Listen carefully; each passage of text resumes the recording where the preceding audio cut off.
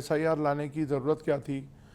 जो क्रिटिक्स हैं वो कह रहे हैं कि 60 लाख वोट कट जाएंगे, जिसमें मेजॉरिटी माइनॉरिटीज़ होंगी, ट्राइबल्स होंगे, शेड्यूल कास्ट होंगे। तो आपको क्या लगता है एसआईआर को लेके क्या नुकसान होगा एनडीए को? देखिए, मैं कतई नहीं मानता कि एनडीए को या किसी को भी नुकसान होगा।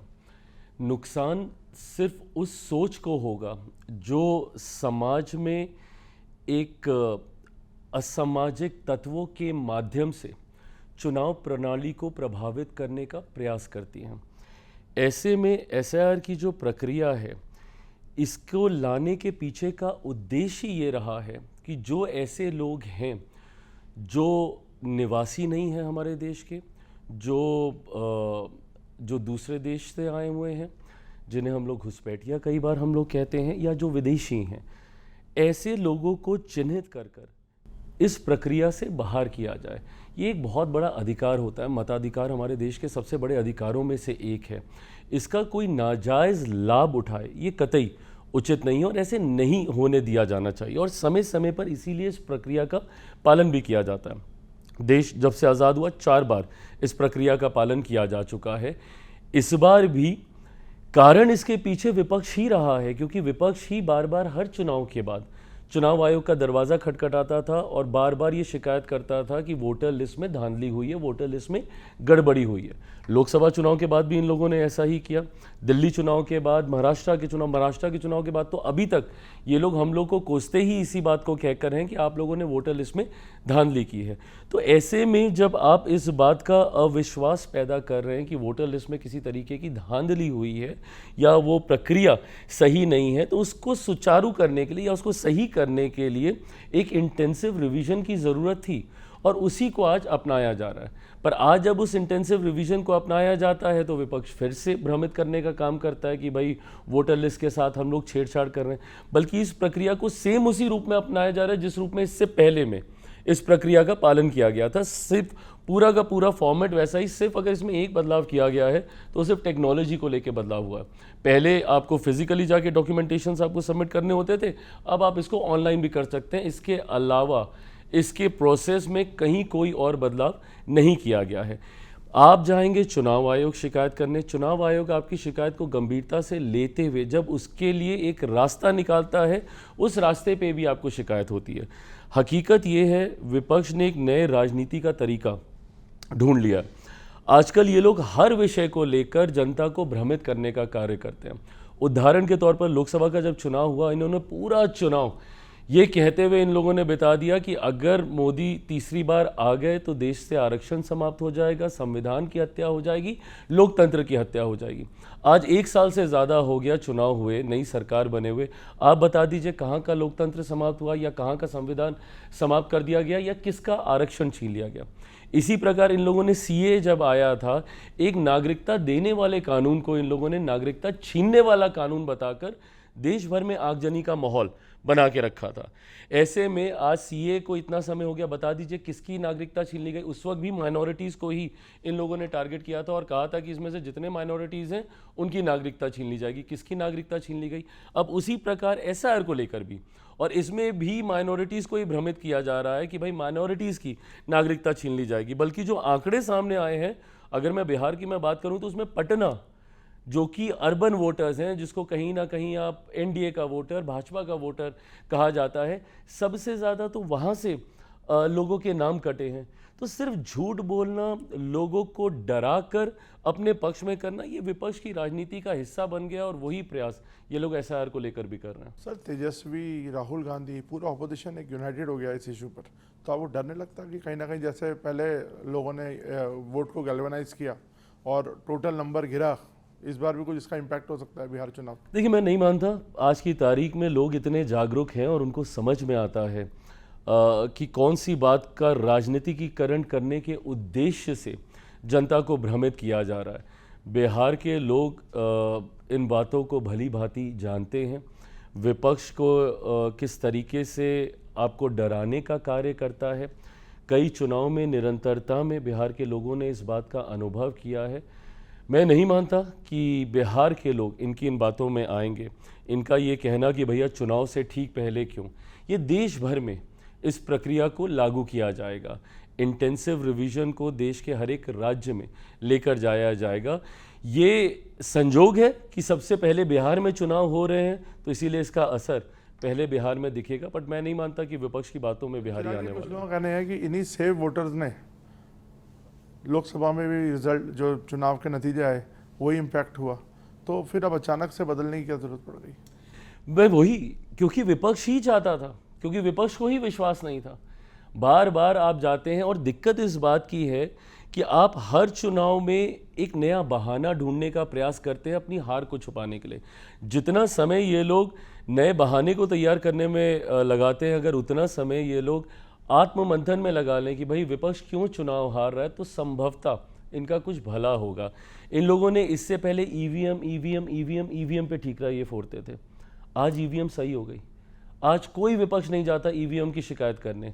क्यों? क्योंकि अब इन लोगों को एक नया बहाना मिल गया है, वो है वोटर लिस्ट में धांधली। जी, अब आपको क्या लगता है कि आप जैसे हमने देखा लगातार विपक्ष का रोल आप भी कई बार प्ले करते हैं अपनी पार्टी अपनी गठबंधन में आप कहते हैं कि यहाँ पे लॉ एंड ऑर्डर की प्रॉब्लम्स हैं, गवर्नेंस की इश्यूज हैं, इसको हम किस तरह से देखते हैं? कभी आप बोलते हैं मैं सब जगह से चुनाव लड़ूंगा, तो कहीं ना कहीं आपको लगता है you are playing ball with in the गठबंधन ओनली?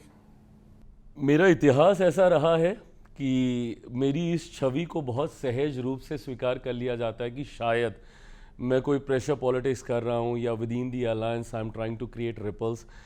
बिकॉज 2020 में जिस तरीके से मैंने गठबंधन से अलग होके अकेले चुनाव लड़ने का मैंने फैसला लिया था, हकीकत ये है कि मैं जनता की बातों को गठबंधन के भीतर अपनी सरकार के सामने में रखने का मैं कार्य करता हूँ। केंद्र सरकार का मैं हिस्सा हूँ, वो मंच मुझे मिलता है गठबंधन के भीतर ही अपनी बातों को रखने का।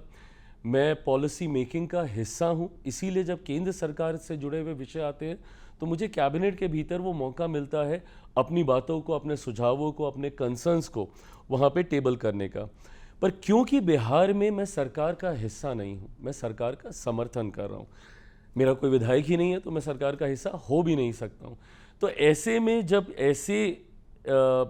ऐसे दृश्य सामने आते हैं जो बिहारियों की चिंता को बढ़ाने का काम करते हैं, जिसमें लॉ एंड ऑर्डर प्रमुखता से एक चिंता का एक विषय कई बार बन जाता है, जिस तरीके से बिहार में आए दिन आपराधिक घटनाएं घटती हुई हम लोग देखते हैं, तो ऐसे में मेरा प्रयास रहता है कि मैं सरकार के समक्ष उन बातों को मजबूती से रखूं ताकि उसके ऊपर सकारात्मक फैसले लिए जा सके, क्योंकि यही वो सरकार है जिसने अपराध को नियंत्रित करने का भी कार्य किया। विपक्ष कई बार मेरी इन बातों को भ्रमित कर ये नैरेटिव सेट करने का प्रयास करता है कि मैं 2020 वाली भूमिका में वापस जाने की मैं कोशिश कर रहा हूँ। जैसा मैंने कहा, मेरा इतिहास रहा है, तो लोग भी बहुत सहजता से इस भूमिका में मुझे देखते हैं। पर कतई विपक्ष के ये सपने पूरे नहीं होने वाले।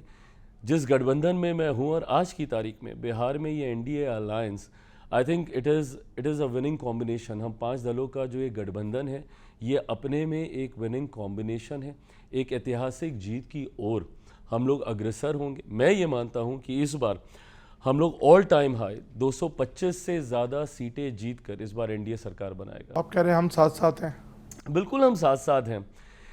विपक्ष जरूर ये प्रयास करता है कि दरारें दिखा दे हम लोग के बीच में, मेरी बातों को एम्पलीफाई करके कोशिश करता है कि दिखाए कि ये देखिए ये अपने ही गठबंधन को आंखें दिखा रहे हैं, ये अपनी ही सरकार के ऊपर सवाल पूछ रहे हैं। कतई नहीं, मेरा विश्वास पूर्णतः मुख्यमंत्री नीतीश कुमार जी के ऊपर है।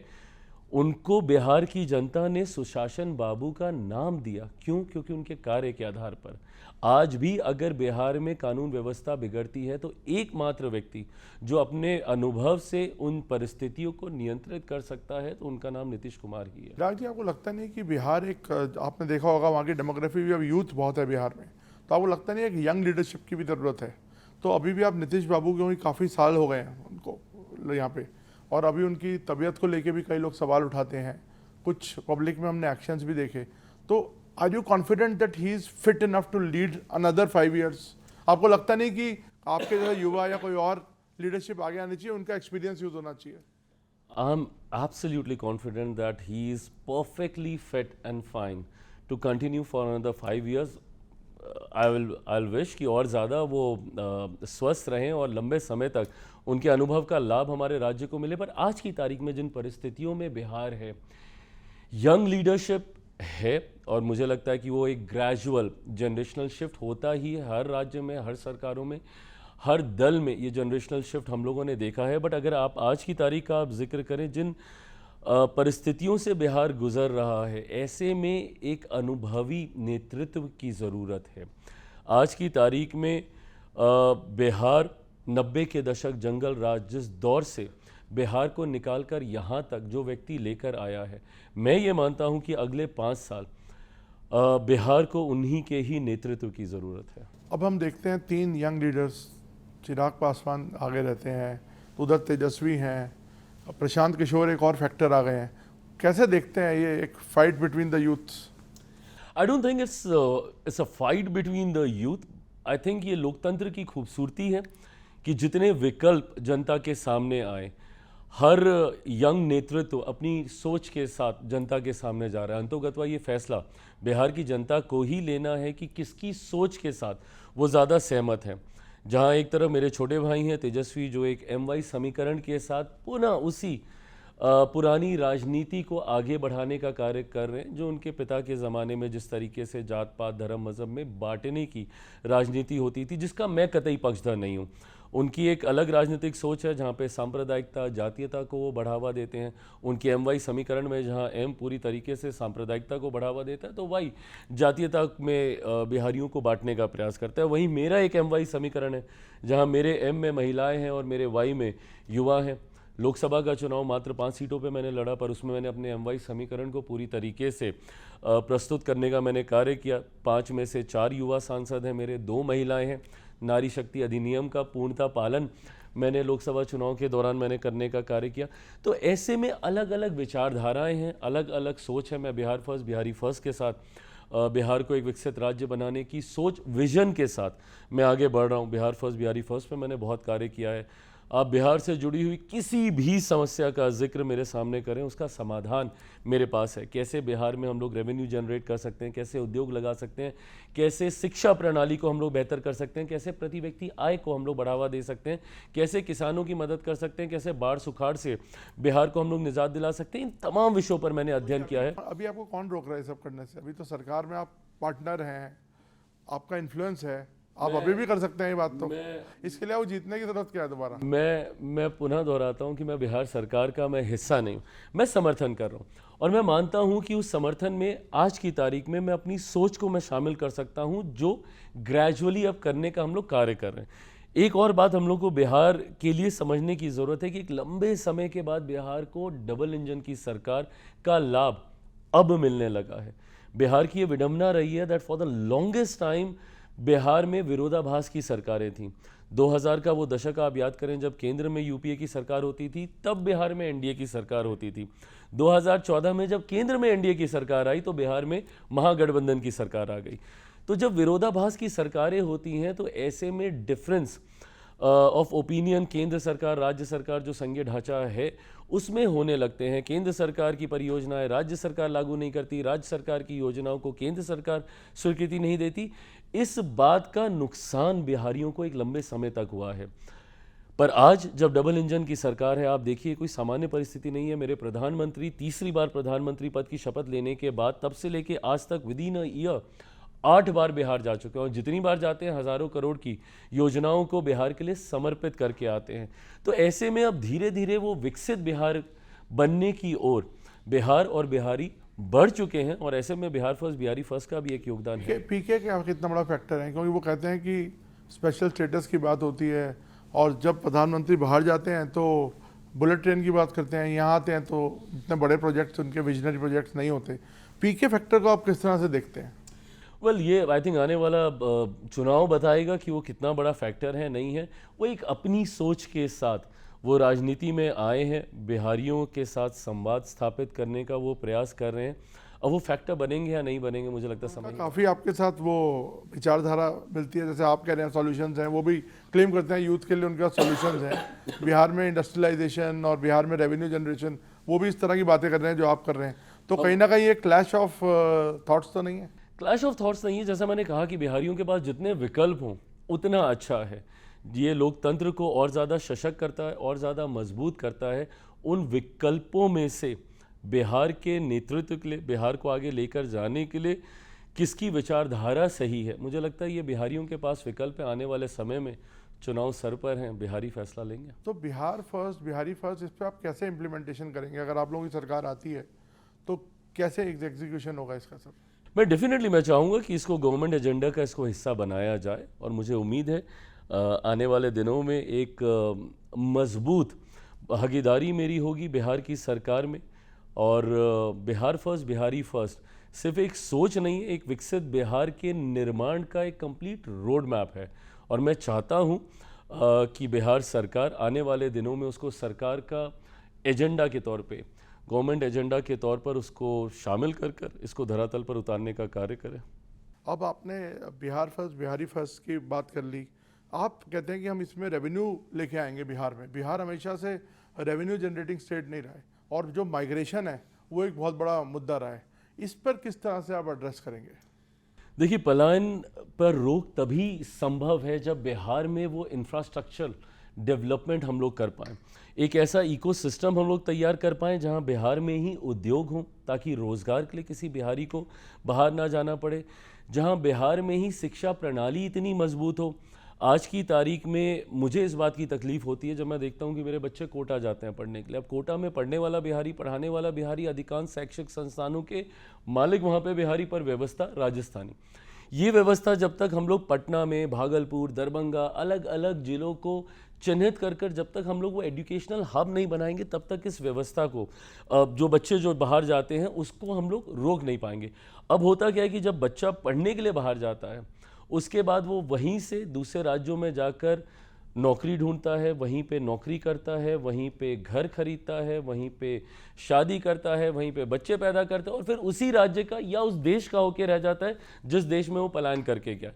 ऐसे में ये तभी रुकेगा जब हम लोग बिहार में उस तरीके का एक इकोसिस्टम हम लोग तैयार करेंगे, जिसके लिए उद्योगों का भी एक बहुत महत्वपूर्ण रोल है। जब तक बिहार में रोजगार के अवसर बिहारियों को अपने राज्य में ही नहीं मिलेंगे, ये पलायन नहीं रुकेगा। जैसा मैंने कहा कि अब धीरे धीरे डबल इंजन की सरकार में उस व्यवस्था को तैयार किया जा रहा है। मेरे मंत्रालय के माध्यम से ही हज़ारों करोड़ की उन योजनाओं को बिहार के लिए मैंने भी समर्पित किया है, जिसके माध्यम से प्रसंस्करण से जुड़े हुए फूड प्रोसेसिंग यूनिट्स आने वाले दिनों में बिहार में आपको देखने को मिलेंगे। इससे न सिर्फ जॉब क्रिएशन होगा, बल्कि किसानों की भी आर्थिक मदद होगी। कृषि प्रधान प्रदेश है मेरा, और साथ ही साथ जिस रेवेन्यू जनरेशन का आप बात कर रहे हैं, वो राजस्व भी हम लोग बिहार के लिए बढ़ाने में कामयाब रहेंगे। सर, राहुल गांधी भी इस बार काफ़ी एक्टिव हैं, कांग्रेस पार्टी, तो कुछ आपको लगता है उसका इम्पैक्ट होगा? पुनः आने वाला समय बताएगा। कांग्रेस जिस मजबूत परिस्थिति में आज़ादी के बाद रही बिहार में, मेरी समझ के परे है कि कैसे उन्होंने धीरे धीरे करते करते अपनी पूरी ज़मीन ही खो दी, और आज एक क्षेत्रीय दल की पुष्लग्गू पार्टी की तरह बिहार में वो भूमिका निभाती है। मैं मानता हूं कि कांग्रेस के पास एक लंबा समय था, निरंतरता में दशकों तक उनके मुख्यमंत्री रहे, उनके नेतृत्व वाली सरकार बिहार में रही। अगर वो चाहते, अगर बिहार के विकास को लेकर, इवन फॉर दैट मैटर देश के विकास को लेकर, जिस डबल इंजन की सरकार का आज हम लोग जिक्र करते हैं, वो लंबे समय तक आज़ादी के बाद टिल ऑलमोस्ट लेट 80s तक वो सरकार डबल इंजन वाली बिहार और बिहारियों को मिली थी। अगर कांग्रेस के पास विकास की वो सोच होती, वो विजन होता, वो आइडियोलॉजी होती, तो शायद आज बिहार इन परिस्थितियों में नहीं होता। तो जब उस वक्त नहीं कर पाए, जब इनके पास पूर्ण बहुमत की सरकारें केंद्र में बिहार में होती थी, तो आज एक गठबंधन का छोटा सा हिस्सा होकर राहुल जी या कांग्रेस कुछ कर पाएगी, मुझे नहीं लगता। और लॉ एंड ऑर्डर को कैसे इम्प्रूव किया जाएगा सर? क्योंकि आपने खुद अभी हाल में देखे कितने बड़े बड़े वहाँ पे वारदातें हुई, और आपने उस पर सवाल भी उठाए। प्रशासन को इसके लिए और ज़्यादा मुस्तैद होना पड़ेगा, प्रशासन को और ज़्यादा तत्परता दिखानी होगी। अपराधियों को लेकर कन्विक्शन रेट पर हम लोग को काम करने की ज़रूरत है। कई बार अपराधी पकड़े जाते हैं, तथ्यों के अभाव में वो छूट जाते हैं। ऐसे में मैं ये मानता हूं कि लोकल एडमिनिस्ट्रेशन, स्थानीय प्रशासन की एक अहम भूमिका इसमें है, एक महत्वपूर्ण भूमिका स्थानीय प्रशासन की है। पर पुनः मैं दोहराऊंगा कि मेरा विश्वास मुख्यमंत्री पर है, 90 के दशक में जिस तरीके से बिहार था, जिस जंगल राज से बिहार को मुख्यमंत्री जी ने निकालने का काम किया, यही कारण है 2005 से 2010 का जो उनका कार्यकाल था, स्वर्णिम काल के तौर पर बिहार और बिहारियों के लिए देखा जाता है। उसी वक्त उनको सुशासन बाबू के नाम से भी लोगों ने सम्मानित करने का कार्य किया। तो मैं मानता हूँ कि उनके पास वो अनुभव है और धीरे धीरे उन परिस्थितियों को वापस नियंत्रित कर लिया जाए। मैं आखिरी में एक बार फिर से उस पर आता हूँ सवाल पे, जो इलेक्शन कमीशन का बड़ा मुद्दा चल रहा है। आपको लगता है कि इलेक्शन कमीशन एक बिल्कुल फेयर प्रोसेस को फॉलो कर रहा है? क्योंकि कल उन्होंने, तेजस्वी यादव ने कोई प्रेस कॉन्फ्रेंस करके दिखाया कि मेरा नाम वोटर लिस्ट में नहीं है, फिर इलेक्शन कमीशन ने कहा इनका नाम वोटर लिस्ट में है, शायद उनके उसको फिर दोबारा तलब किया गया है कि उसको वेरीफाई करेंगे। तो इस संशय की स्थिति को आप कैसे देखते हैं? संशय की स्थिति बनाने का काम कौन कर रहा है? यही विपक्ष लोग कर रहे हैं। बताइए, आप नेता प्रतिपक्ष हैं बिहार में और आप एक प्रेस वार्ता करते हैं और उसमें आप खुलासा करते हैं कि आपका नाम नहीं है, जबकि तुरंत चुनाव आयोग उसका खंडन करता है और वो पूरी सूची जारी करता है जिसमें उनका भी नाम मतदाता सूची में है।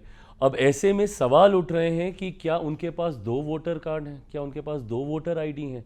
और अगर 2 वोटर आईडी हैं तो इसी प्रक्रिया को सुनिश्चित करने के लिए कि जो डुप्लीकेसी ऑफ द वोटर है वोटर लिस्ट में, उसको निकाला जाए। तो अगर नेता प्रतिपक्ष के पास ही 2-2 वोटर आईडी कार्ड हैं तो ये तो बहुत चिंता वाली बात है ना। और इसी चिंता को, जो कि चुनाव आयोग की भी रही है और जो कि विपक्ष की भी रही है, ताजुब मुझे तब होता है कि जिस प्रक्रिया पे आप सवाल उठा रहे हैं, जिस वोटर लिस्ट के ऊपर आप सवाल उठाते थे, डुप्लीकेसी ऑफ द वोट को लेकर ही आप सवाल उठाते थे, बट वो तो आप खुद ही कर रहे हैं। और अगर एक नेता प्रतिपक्ष के पास 2-2 वोटर आईडी हैं तो इससे बड़ी चिंता की बात और कोई हो नहीं सकती है। और इस प्रक्रिया के माध्यम से उसी को फिल्टर आउट करने का कार्य चुनाव आयोग कर रहा है। सर, आपकी पार्टी पे आते हैं। अब आप कितनी सीट्स पे लड़ रहे हैं और आप खुद लड़ रहे हैं क्या असेंबली? अब इस पे आपने मतलब एक बहुत क्वेश्चन मार्क छोड़ा हुआ है, लोग एनालाइज कर रहे हैं इसको बार बार। ये क्वेश्चन मार्क ज़रूर मैंने छोड़ा हुआ है क्योंकि अभी पार्टी को इसके ऊपर अंतिम मोहर लगानी बाकी है। जब मैं कहता हूं कि पार्टी को फैसला लेना है तो छूटते ही मुझसे सवाल पूछा जाता है कि भैया आप ही पार्टी हैं, सर्वोसर्वा आप ही अपनी पार्टी के, आप अगर चुनाव लड़ना चाहेंगे तो पार्टी में कौन आपको रोकेगा? मैं बिल्कुल मानता हूं इस बात को। काउंटर क्वेश्चन आपका आता है, उससे पहले ही मैंने ये जवाब दिया कि मैं मानता हूं इस बात को। पर हकीकत ये भी है कि जब मैं कहता हूं कि पार्टी को इसमें अंतिम फैसला लेना है, क्योंकि पार्टी अभी इसके ऊपर सर्वे कर रही है, मंथन कर रही है, इसके ऊपर अभी विद इन द पार्टी चर्चा हो रही है कि क्या मेरे चुनाव लड़ने से पार्टी को लाभ है।